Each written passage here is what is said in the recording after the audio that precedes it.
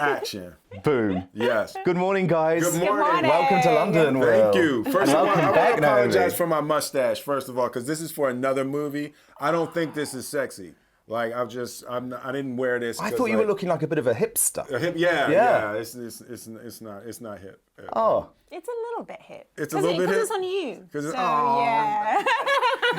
I thought you'd just been carried away by Movember. Have you heard of Movember? Movember? When people grow a moustache for charity. Oh, wow, that's kind of cool. Yeah. All right, so I'm going to start saying that's what I did. I didn't even know that. Now, Naomi, you've got to put it there because you're doing it for the Brits. Yeah, I know. Congratulations, Golden Globe nominee. This is incredibly exciting news. Now, obviously, this is for a film, Moonlight, which we haven't seen yet, but, you know, the reviews about it are incredible. We're going to celebrate tomorrow and just have an amazing time. Yeah, I'm so over the moon. It's like a tiny movie with no publicity budget, so it's incredible that it's done You've so got them a bit of that now. Right, exactly. And Will, I mean, obviously, given all of the controversy and everything last year with the Oscars, you must have your fingers crossed, like we do, that there might be an Academy Award nomination in store as well. Now, you know what? There was a time in my life when box office was everything, and you know, if you didn't get nominated, you're under the bed for 3 weeks and all of that. You know, it's always fun to be invited to the party, but that's all it can be. I've been able to see Collateral Beauty, which is obviously out here on Boxing Day, and wow. I mean, it is one of the most powerful movies I've probably ever seen. I laughed, I cried, and actually what's so interesting is you think about life. But it's got a lot of deep themes despite being a festive movie. So for you guys filming, tell me what that was like.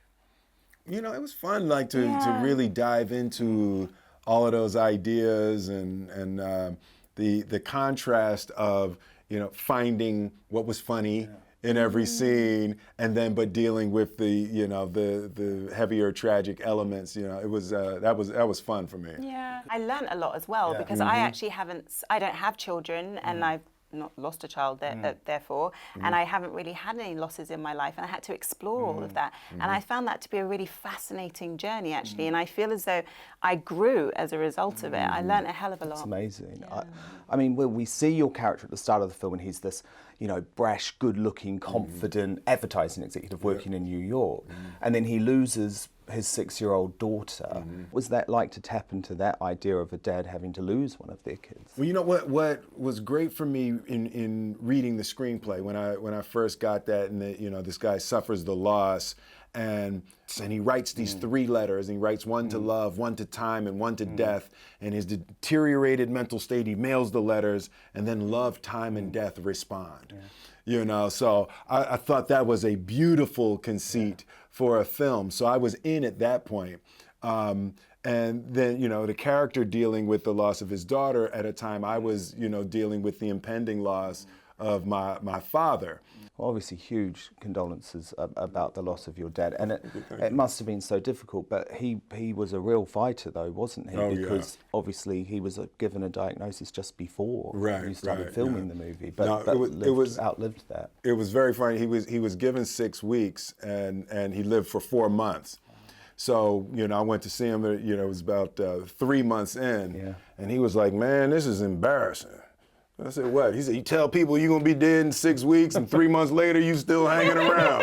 So you've got his sense of humour then. Yes, that's really good. Another star of the movie really is New York, and you got to film obviously with 2 people who I imagine you've looked up to a lot, in Helen Mirren and Kate Winslet.